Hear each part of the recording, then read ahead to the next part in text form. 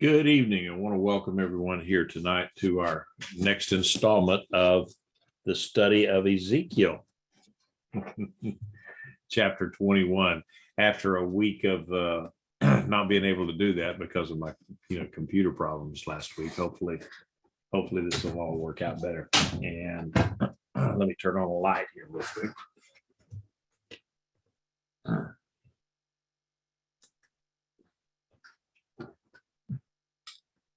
All right, maybe that'll be a little bit better.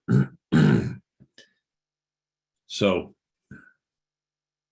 I've got everybody muted, so you know the rules. If you wanted to say something, you just unmute yourself and talk away.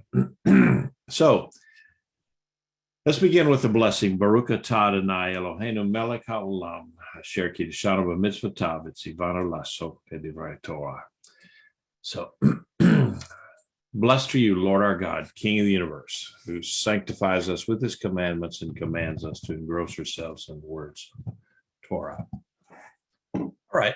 So today we're going to get back into where we were. The title of it is The Lord Has Drawn His Sword.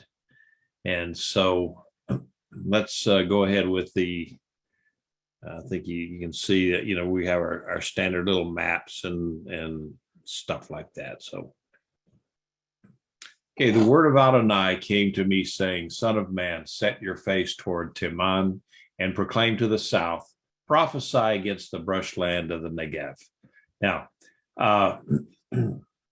you may have figured out if you looked at all of this stuff in your King James Version Bible or your NIV or whatever your standard English version of a Bible, that the verses are a little bit different because in the Hebrew Bible, Ezekiel 20, 45 through 49, those five verses there, they don't exist.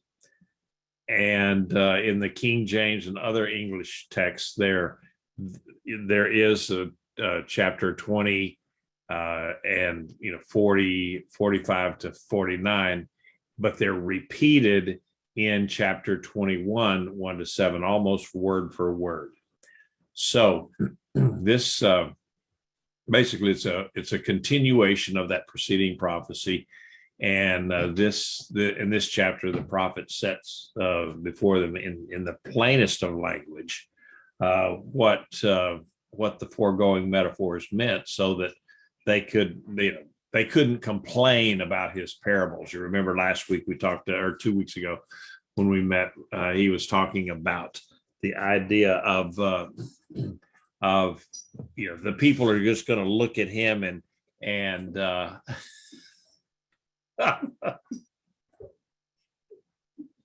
okay, the comedy that's going on, you may or may not have seen her head popping up there. She's trying to gather up all the phones and so forth, so it won't interrupt our study tonight, which she just did. So anyway, the life of a home studio, my goodness. Dogs and wives and all. Okay, so this, from last week to this week, there's some repetition, but and you remember that last week that Ezekiel said, Lord, they're talking about all I am is a spinner of tales or a weaver of riddles and so forth. So it was kind of concerning to him. And so now there are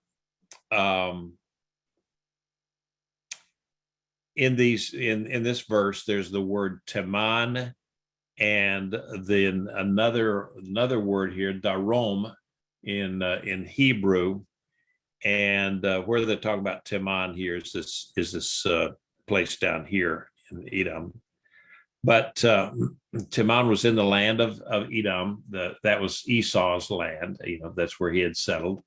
And so these three words, the south, the word, it's kind of a word for south. It's not exactly the word for south, but it can be used for it, is darom. and then the brush land of the Negev, and where they talk about burning up the forests and so forth. That's a little bit hard to understand why how that comes down, because the Negev, of course, is a desert, and there's not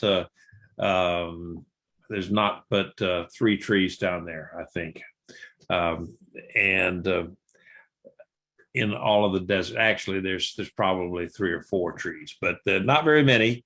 And there's very, very little vegetation. Now, what it looked like 2,500 years ago, maybe there were trees down there. I don't know. But anyway, those 3 words, Teman, Darom, and Negev, were sometimes used as nicknames for Jerusalem, for those, they were just talking about, in the south, in Jerusalem, and especially the people that were up in the northern part of Israel, up in Dan and around the Galilee and those areas there. They could use those words, Teman, Darom, and Negev, for kind of heading south. We're going down south, and so those terms then definitely refer to Jerusalem. So going ahead with our verses here, says, say to the brushland of the south, hear the word of Adonai. Thus says Adonai Elohim, behold, I will kindle a fire in you. I will devour every moist tree in you and every dry tree. Its leaping flame will not be extinguished. All faces from the south to the north will be scorched by it. All flesh will see that I, Adonai, have kindled it. It will not be extinguished. Then I said, Adonai, they say of me, isn't he just speaking in parables? So the Lord, he commanded Ezekiel to address the south, in Hebrew, the Temanah, or there is a city down there, Teman, which means the right. So if he's facing east, and then to the right, of course, would be the south. And Teman was the name of an important town in Edom, and it, like I said like I showed you in the map there, it is to the southeast of Jerusalem. Now, in the Septuagint and other translations, they understood this Hebrew word as a reference to the town, and also and it was called Temanah or Taman. So the Lord further described the object of this prophecy, the people that they're supposed to, as the south. And so that's Darom, and as the forest of the Negev. So the Negev, of course, the Negev desert is in the southern part of Judah, and it's basically it's a buffer geographically between the marginally fruitful south part of Judah, which is, it's pretty wilderness itself, and the wilderness that's even further south, which is really wilderness. And perhaps the whole kingdom of Judah was quite wooded in Ezekiel's day. We don't know. I know that there are places in the world like the Canary Islands that 400 or 500 years ago was a rainforest, and then the navies of the world, Britain and Portugal and Spain and so forth, they would go in there and cut the trees for the mast for their ships, and basically they cut all the trees down and they never grew back. And so who knows, it could have been something like that.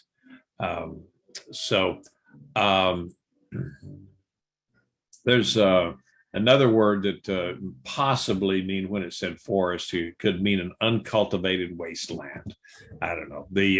So it certainly describes what the Negev looks like today. So, but these 3 very common Hebrew terms for the south makes it very clear that the Lord was speaking of Judah. And later he clarified that the south included Jerusalem, its sanctuaries, and all the land of Israel, which was then Judah. Judah was of course, the southern kingdom, and Israel being the northern kingdom.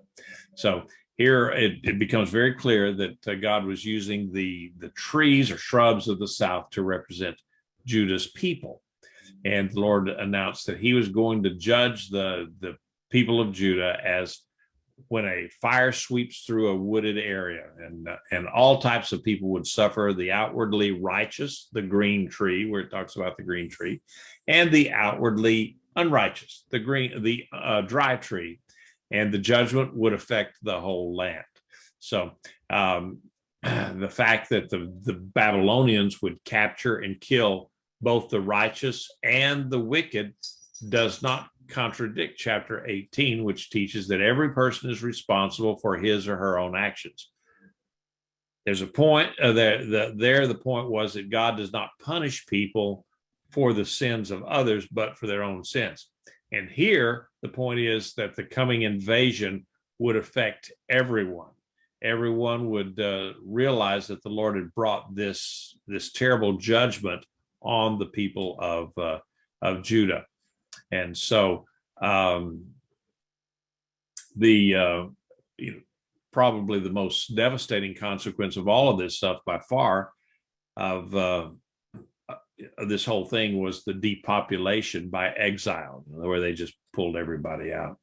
Now, Ezekiel replied that he kind of object to the imagery, and he says, well, they're just the people are gonna say they're not taking what I say seriously, because they just say that it's all a parable or a fictional story. It's not a real message of judgment that's going to come, and they weren't listening to him, according to Ezekiel.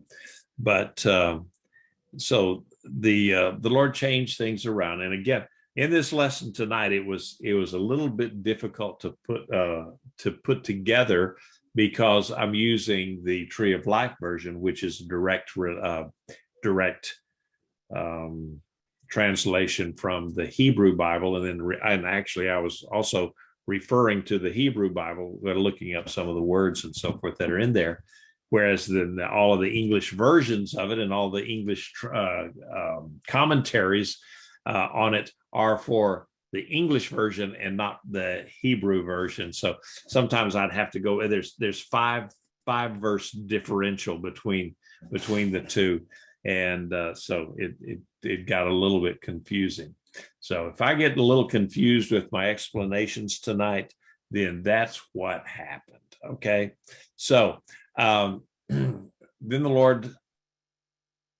the word of Adonai came to me, saying, Son of man, set your face toward Jerusalem and proclaim to the sanctuaries and prophesy against the land of Israel. So that's very clear now that he's talking about all the land of Israel, both northern kingdom, southern kingdom, everyone. So again, the Lord told his prophet to speak a message of judgment against Jerusalem, all of the pagan sanctuaries that were around, and the entire land of Israel, but more specifically Judah. And this would be kind of a clarification of all of the parables and so forth that we saw back in chapter 20. So, say to the land of Israel, thus says Adonai Elohim, behold, I am against you. I will draw my sword from its sheath. I will cut off the righteous and the wicked from you. Since I will cut off from you both the righteous and the wicked, therefore my sword will come out of its sheath against all flesh, from the south to the north. All of the flesh will know that I, Adonai, have drawn my sword from its sheath. It will not return anymore. So Ezekiel was he was supposed to announce that Adonai stood opposed to his people instead of being their divine defender, which they always thought he was going to turn against them, and he would put them to death with a sword. Okay, they didn't quite catch the forest fire idea very much, and maybe they didn't catch it because they said, look around us, what could possibly burn, but in this case, the righteous, the green trees, and the wicked, the dry tree, everyone throughout the whole land would be cut off. Now, the book of Habakkuk deals with the problem of how and why God would use wicked Babylonians as his instrument of chastening. And it's a problem that the Israelites couldn't solve on their own. Now, everyone would know that he had been responsible for the judgment, and he would not sheath his sword or quench the fire. If you look back at chapter 20, this chapter has more references to the sword of the Lord as a figure of God's judgment than any other chapter in the Bible. This kept talking about the sword, the sword.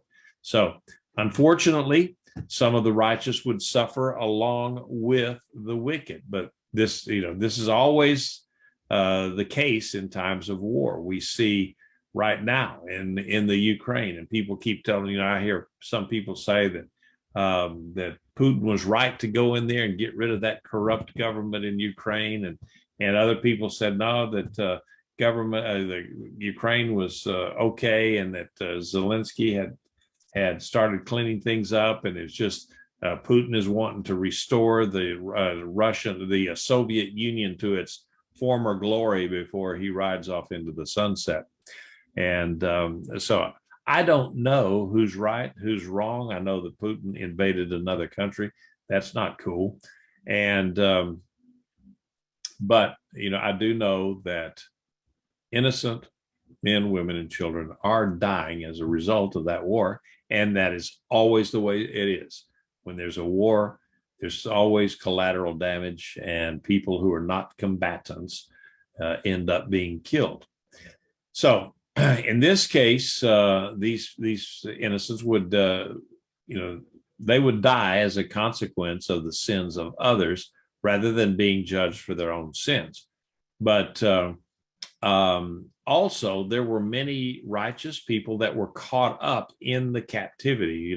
For example, Daniel, Meshach, Shadrach, and Abednego. And I don't know why I can't ever remember their Hebrew names, but that's four examples right there. And then we also see Ezra, Nehemiah, and others that were in the captivity. So if only the wicked people were swept away and put into captivity and so forth, then who would be there to preach repentance and bring about reform? And we know that as a result of the Babylonian captivity, and all of these elders got together, and they were righteous men.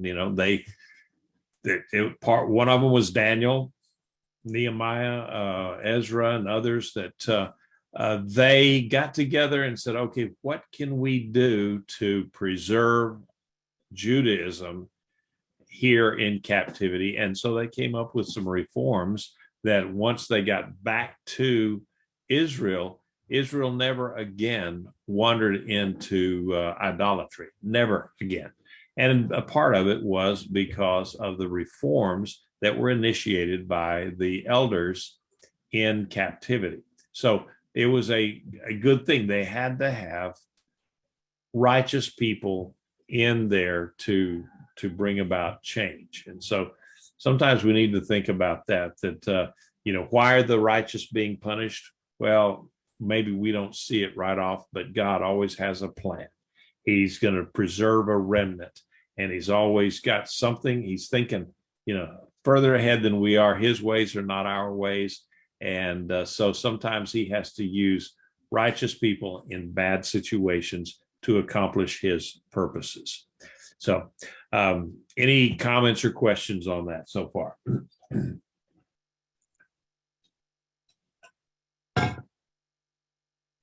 Okay.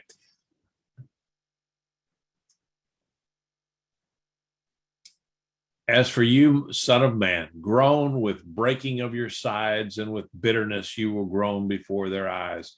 Now, when they ask you, why are you groaning? You will say, because of the news that is coming. Every heart will melt, every hand will be limp, every spirit will be faint, and all knees will turn to water. Behold, it is coming, and it will happen. It is a declaration of Adonai Elohim.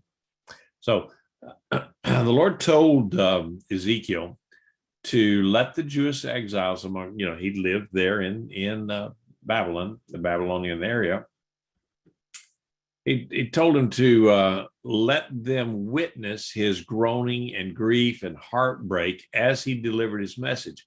And I suspect that it was a very exaggerated demonstration, because Ezekiel had been called to do certain things, not just preach. He had to remember, at one point he had to lie on his left side and build a little model of Jerusalem. Then another time he had to lie on his right side. And sometimes he would have to put turn his face toward Jerusalem or whatever. He was doing different things. He pantomimed a lot of things.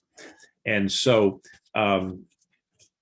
in this time frame, he was to show great bitterness and groaning, and just to the point that he would really show how much grief. And so what the purpose of that was, they would say, well, why are you groaning? Here he is acting like maybe he's dying of appendicitis or something. He's been over and he's just groaning and everything. And so he'll tell him, because there is coming a judgment, and it was so bad. And so maybe the reason for the act here was because that Ezekiel's just his words, his just normal preaching to them and so forth, really failed to impress the audience. They just looked at it and go, okay, sure, and then they went away, and so they weren't affected by his oratory skills. And so they would not be shocked by the idea of the wicked being, that the wicked would perish, because everyone knows in their own theology that, of course, the wicked will perish. God will punish them. And but now the Lord is saying that okay, not only the wicked will perish, but so will the righteous. And so that kind of upset their theology a good bit. So God ordered the prophet to then perform another sign or an act or whatever he was doing before his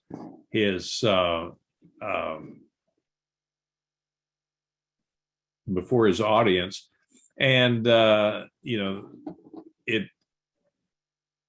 it was a lot of groaning and the normal expression of deepest pain and grief. He was just so moaning and groaning, and we would think, well, maybe this is just way over the top, but it got their attention. So Ezekiel's grief would mark the people to whom he spoke, about this prophecy, when they heard that the sword was coming. Now, the fire didn't really affect them that much, but when they said the sword was coming, that started to get their attention. And so he guaranteed, the Lord guaranteed that the judgment was coming. It was on its way. So in going ahead in the verse 13, the word of Adonai came to me, saying, Son of man, prophesy and say, Thus says Adonai, and say, a sword, sharpened and also polished, sharpened to slaughter ruthlessly, polished so that it will flash like lightning. Or should we rejoice? It is the rod, my son, despising every tree. So this kind of, in some ways, is kind of confusing language. A lot of Ezekiel's messages were on the poetical side of things.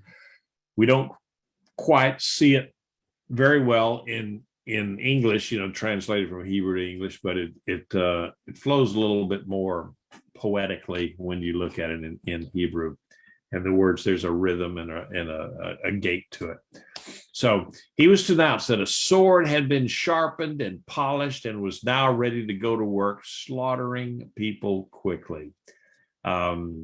So one commentator said, yeah, it was a sword, a veritable Excalibur with a life of its own, and it was made just for this purpose. And so it said it was furbished or polished, and that maybe just polished real brightly. Now I'm looking over here. I should have gotten it down, but I'm looking over here at on my wall. I've got a sword, my dress sword from Coast Guard days, and it is highly polished. It's very bright. And then I've got other swords in the place that I've collected over the years, and maybe they're not so highly polished. They were more of the working sword and so forth. So they weren't polished up to look impressive. They were just they were just sharpened to be effective. And I've got, like I said, I've got some out there that kind of like almost kind of like a machete, but I guess if it's real long, it would be a broadsword, like William Wallace or something. But anyway, this one though, they're talking about it being very brightly polished. And so and the people, and like I said, it doesn't come out really well in English, where it says, "Or should we rejoice? It is the rod." And so basically, how could the people rejoice over what they're hearing? And so I don't know what happened there. Anyway, so I don't know, this rod, a scepter of authority, that's God's representative. And that's what did he say? He actually said, it is a rod, my son, despising every tree. Now, God's son here that they're talking about refers to Nebuchadnezzar, who would accomplish God's will by executing his punishment on all the Judahites, and that's every tree. And so that should not be that much of a stretch when to say God's son, because we see, well, for instance, the word Mashiach, which everyone says, well, that's the Messiah. But no, Mashiach does not mean Messiah per se. Mashiach means anointed one. Cyrus, who later on was instrumental in letting the people come back to Israel, he was called a Mashiach. And that's why the Jews really had no problem with the idea of someone else being, for us now in 2,500 years later, a Mashiach. The only thing that we could say it was a Mashiach is Yeshua, the Son of God, as the Mashiach. But back in those days, that word it was sometimes referred to the king. All the kings were anointed, so he was God's Mashiach for that time. And then at the time of Yeshua, the Jews, they really didn't have a problem with the idea of someone coming along. The Mashiach did not have to be divine. In fact, in their minds, he would not be divine per se. And so he would be someone who could lead them to freedom from the Romans. So this idea that they're talking about, it is my rod, it is the rod, my son, despising every tree. That's Nebuchadnezzar coming through with the sword, and he's going to kill everybody. You just kill or seize, to capture and send out everybody. And okay, does that mean 100% of the population? No, there were people left to keep the olive groves going and some vineyards growing and so forth. But for the most part, anybody that was worth anything, they hauled them off to Babylon. So it was like God had this sword, and he polished it up and he sharpened it up, and he was going to use it to judge his own people but he placed it in the hand of the executioner, who was Nebuchadnezzar. So Ezekiel was to, let's see, we'll go ahead and pull up. The sword is given to be polished, to be seized. The sword is sharpened and polished, to be put in the hand of the slayer. Cry and wail, son of man, for it is against my people. It is against all the leaders of Israel. They are thrown over to the sword along with my people. Therefore, strike your thigh, for it is a testing. What if they scorn even the rod? It must not be. It is a declaration of Adonai. So, Ezekiel was supposed to cry out, slap his thigh in great despair. I guess that was an expression back in those days of some kind of despair or something. Maybe if I don't know if you've seen people in great grief and so forth, they do all sorts of things. They'll hold their head, and other people, they'll fold their arms and then bend over, and just various cultures have different expressions of grief. And those who grew up in the John Wayne era know that you just don't express grief. You just ride off into the sunset like a tough guy, and you don't cry and you don't do anything. But Middle Easterners and other cultures around the world are not so stoic, and they will express grief very, very graphically, loudly, in fact. And so here was a way: slapping the thigh. If it's a way of expressing grief that I don't exactly know what it is, because we don't have that expression in Western culture. So the leaders, they would die along with all of the other people, and so this was cutting off the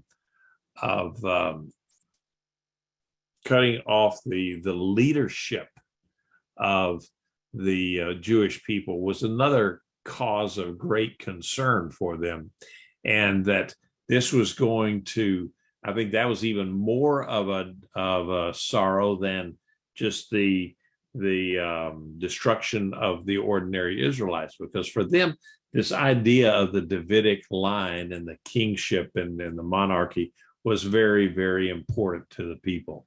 And so that's what made them a nation, as opposed to just a scattering of families and tribes. So this would really be a test for the nation. Now, the Judahites, of course, that they should not have despised the rod or rejected the rod of God's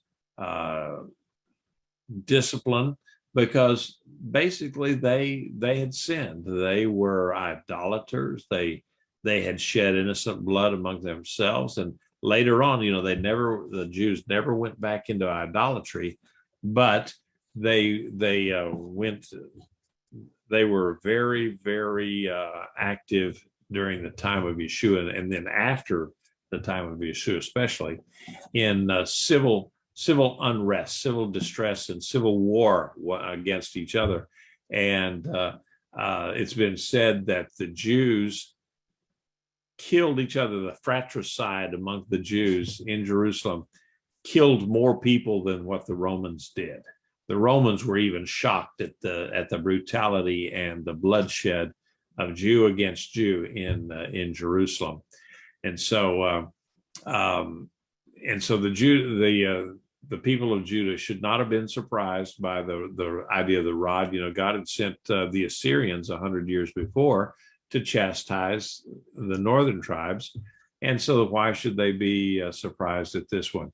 But and they probably thought, well, Nebuchadnezzar just doesn't have the power to destroy Judah. Nobody had ever destroyed Israel, Jerusalem before, and so they didn't think that Nebuchadnezzar could do it. And so, but for a time, Nebuchadnezzar did prevail over Israel, but ultimately that he was not able to kill all of the people in Israel, shut them down, and basically destroy the Jewish culture. He couldn't do it because God preserved a remnant. And then in captivity, that remnant started working on a plan to keep that spark of Judaism alive for almost 100 years before they could get back to Israel and have the temple rebuilt. And so, in that 100 years, these guys developed a system to where the people never went back into idolatry, which was a good thing. And so the Jewish people would survive, and in the end, the throne of David would be restored through the Messiah. And I read several instances this week that people were relaying or relating about and what king it was. I don't know. It varies with the story and with the storyteller. But that one story was that the Tsar of Russia was one of them, and another one was the king or the Queen of England, and so forth. Anyway, the head of a nation asked their prime minister that can you prove to me the existence of God? What would be the proof that there is a God? And their answer was the Jews, because they have still survived. You can't ultimately you can't defeat God's chosen people. So, and then this is a prime example here that Nebuchadnezzar, though he may have tried, he could not have destroyed the Jewish people, and the Jewish people will never be destroyed. They are God's chosen people, and they might be decimated at various points in history. And sure enough, I mean, all throughout history, we've had people. Look at the Holocaust, 6 million, and so forth. But there's always a remnant, and God always preserves us somehow, some way.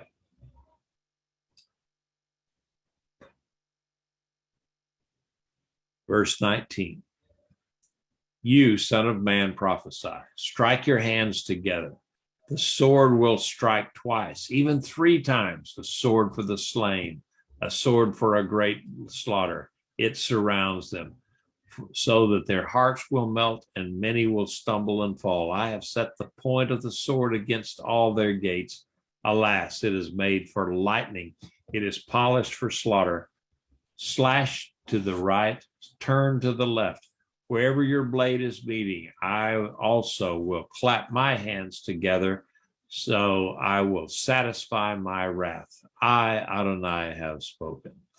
So, again, here's an expression that we have a different way of expressing, and in a way we do. Okay, now the idea of slapping your hands together, clapping your hands together. So we look at it as applause. Yay! Of course, and then you got the golf clap when you're out on the golf course. You go like that. But do you ever, when you're training a child or a dog or something like that, and you see that they're doing something that they shouldn't, and sometimes you'll slap your hands together and cry out no, something like no, something like like that. You get the idea. And so this is what Ezekiel is supposed to be doing, is clapping his hands together, and again, cultural differences that is to signify grief, terror, maybe groan, whatever the emotion is, great emotion that it's gonna, he as he's continuing this prophesying, he is symbolizing the approval of God's will, and is also announcing that the awfulness of the coming judgment. It is going to be terrible. And when he's got the sword, he said, that striking 2 or 3 times, and some people said, well, that just means that the sword is going to come from every direction and that there will be no escape. So they describe it that the invasion is coming 3 times and double damage the 3rd time. And so this may be actually in reference to Nebuchadnezzar's 3 invasions of Jerusalem in 605, 597, and in 586. So that this last invasion, the one in 586, of course, that's when the temple was destroyed, and it was worse. It was bad. I mean, it was twice as bad as the other ones were. So there's another translation that the sword would strike 2 or 3 times, and that would suggest that it'd come from different angles, that the sword would double or triple itself in its influence. So basically what they're saying is that they don't know what that means, the three swords. So for us, we're in we've got all sorts of visual, we're in special effects is what I'm trying to think of. And so the idea of just a sword swinging around is that wouldn't be that big a deal. But what if you had a sword that would go woo, woo, woo, and then retreat back into its handle, called a lightsaber. Now that's really something, and so here Ezekiel's trying to do that same thing with the sword. He's swinging it around and woo, woo, and just making the sound, and then maybe the people are seeing the sword going every which direction. So even the great people of Jerusalem are not going to escape. They that King Zedekiah, of course, he was going to meet his end, and all of the leading men of Judah would effectively be cut off. The invaders would surround everything. So, and of course, everybody is going to look at this, and all of the people that are under this judgment are going to see that this is terrible, and the slaughter is going to come through. And once they breached those gates, the slaughter was terrible. It was just like lightning. And so that lightning was named Nebuchadnezzar. So the Lord spoke to his instrument of judgment, urging it to sharp, to keep itself sharp, to be sharp, and slay the people on every side. And so the Lord was going to be giving his approval by clapping his hands and appeasing his wrath against the sinful people. So in that case, then God he's given the sword to Nebuchadnezzar, and Nebuchadnezzar is executing judgment, and God is clapping his hands. Yep, well done. And so that's a terrible judgment when even God is applauding the destruction of his people. So a lot of people, they have a problem that that Ezekiel's audience, they couldn't. They had a problem accepting such a gloomy forecast because they were God's chosen people, and they had this natural religious tendency to think that God was kindly, and thus, he was not really capable of punishing people and decisively like that. Yeah, maybe onesies and twosies, but not the whole population. So why would God destroy his own beloved people? I mean, he had to look at how much time and so forth that he had invested in these people from the time of Abraham, then on through to Egypt and the Exodus and all through that for 2,000 years up until this point. And so, no, they just couldn't see it. Plus, Jerusalem, it is a fortress city, and we really haven't, people besieged us, but we've got food, we've got water, we're good. And so they couldn't conceive of a country in which they grew up, and everything was good, and they had a routine, and so now it was coming to an end, and in fact, it was coming to an end that never again would Israel enjoy the independent statehood that they had under David and Solomon. And so I was going to make a political comment, but we're just going to go. All right. The word of Adonai came to me saying, now you, son of man, mark 2 ways for the sword of the king of Babylon to come. Both of them should originate from the same land. Mark a signpost, cut it out at the start of the road to the city. You are to mark out a way so that the sword can come to Rabbah of the children of Ammon, and to Judah in the fortified Jerusalem. So the Lord also commanded Ezekiel to make a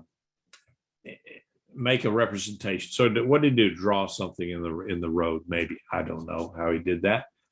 Just draw something, a map in the dirt.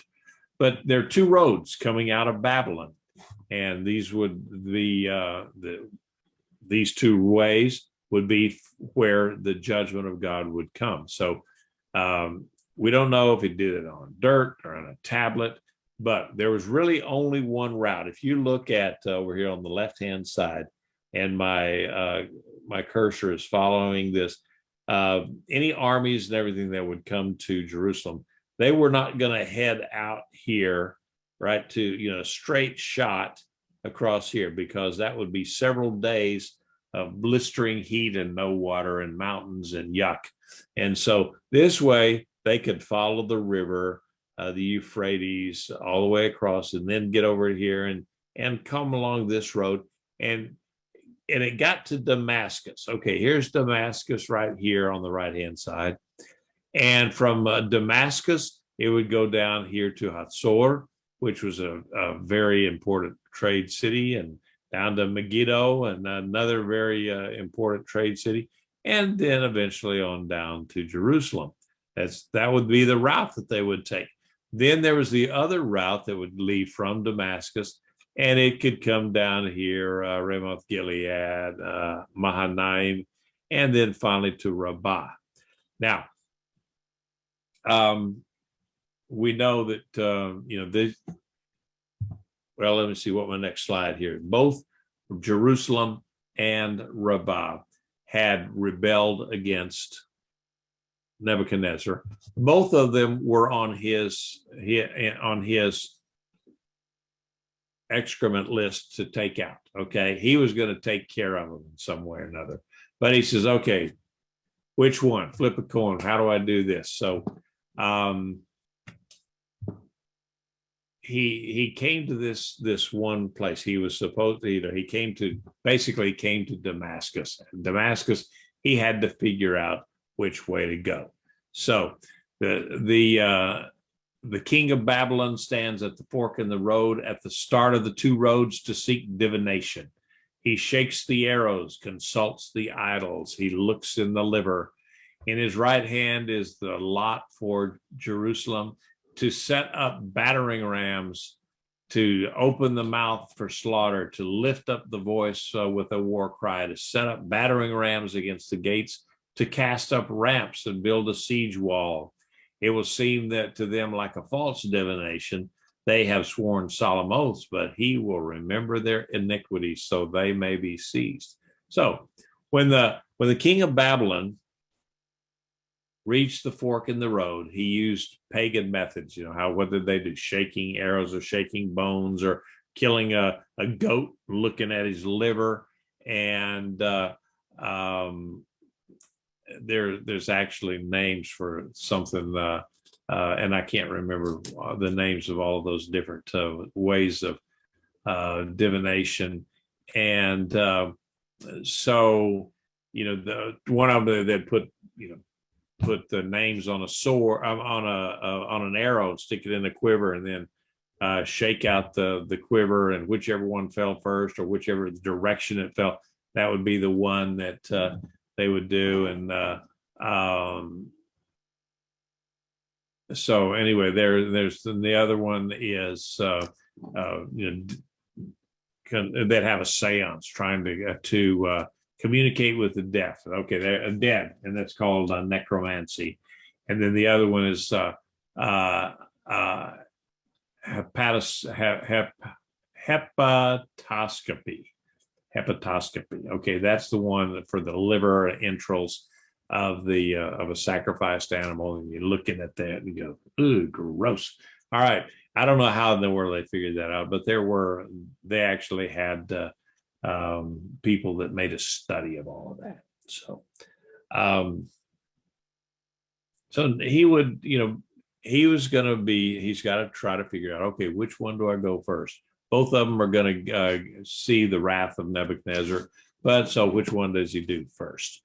And both of them had made treaties with Nebuchadnezzar, and then they broke them. So, like I said, both of them were due for a punishment.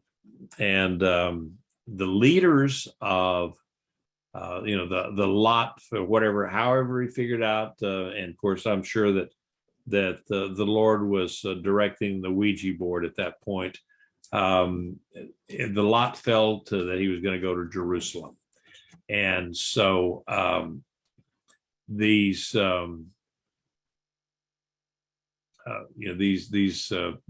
leaders in Jerusalem, they were just astounded that Nebuchadnezzar would come down and see them, and put the siege against Jerusalem and attack them, because they said, well, those guys over there in Ammon and Rabbah, they're much more wicked than we are, and they rebelled against Nebuchadnezzar a whole lot more than we did, and they deserve punishment more than we do.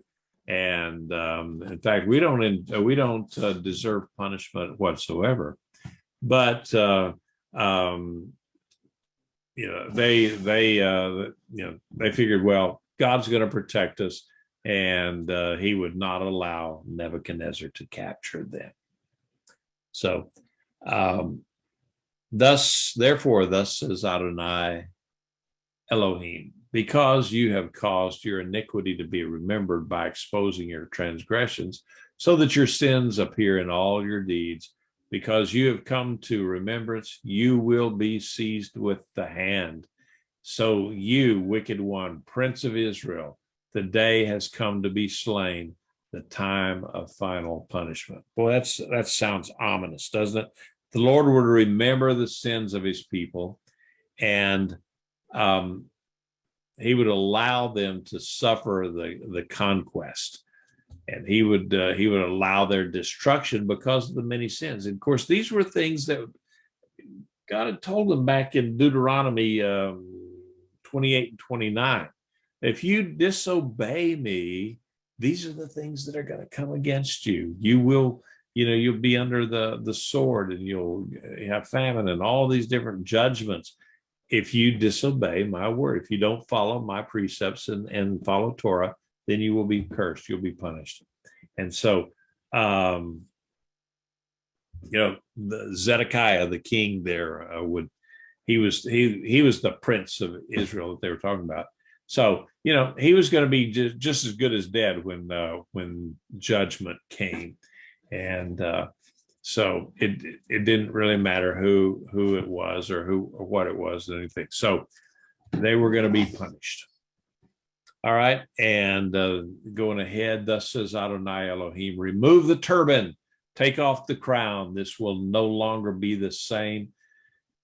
What is low will be exalted, what is high will be abased. Ruin, I will make it a ruin. Even this will not be until he comes to whom belongs the judgment, and I will give it to him. So the Lord would remove the priest turban. Okay, that it means that the priesthood was going to be interrupted. There would be no more priesthood for 70 years at least, and then really didn't get into swing again for almost 100 years that there was no priesthood. And then the king's crown, by terminating they're going to stop the monarchy. And really and truly, there never was another real monarchy of Israel from that day on. Of course, the Romans had placed Herod in there, but he was not. He was a political appointee or whatever. He was a Hasmonean. He was not from the lineage of David and so forth. So they really didn't have another Davidic line ever, and they won't have until Yeshua then comes back and establishes his reign in Jerusalem and the Messianic era. So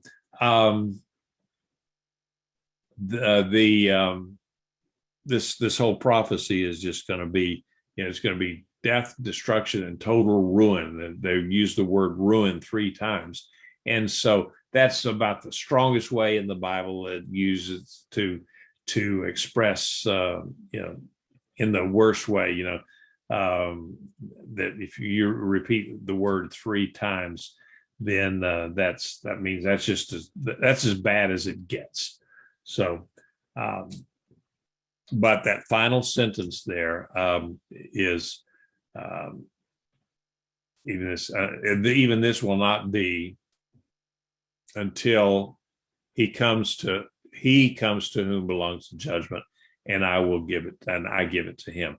So that could be a reference to the final redemption and the coming of the Messiah. So now, you, son of man, prophesy and say, thus says Adonai Elohim, concerning the children of Ammon, and concerning their taunt, say, a sword drawn for slaughter, polished to consume, to flash like lightning, while they see false visions for you, while they divine lies for you, to lay out on the necks of the wicked who are to be slain, whose day has come in time of final punishment. So the Ammonites were mocking the Jews, said that here they got that sword, and they'd heard the prophecy. They knew what was going down, and they were mocking the Jews, but their judgment would come. It just wouldn't come right then when Jerusalem fell. Their demise came later. And so it says, return to its sheath, in the place where you were created, in the land of your origin. I will judge you. I will pour out my indignation on you. God's talking about Ammon and the Ammonites in Rabbah. I will blow on you with the fire of my fury. I will hand you over to brutal men skilled to destroy. You will be fuel for the fire. Your blood will be throughout the land. You will not be remembered, for I, Adonai, have spoken. All right, so this final judgment, the sword, the slaughter had been sheathed. Okay, it was not going to be in the same way wielded against the people of Ammon and in Rabbah, but they would be punished ultimately and destroyed. They would be totally destroyed, because while there are remembrances and in names and so forth, and even what the capital of Jordan now is called Amman, there's really not a nation of Amman anymore.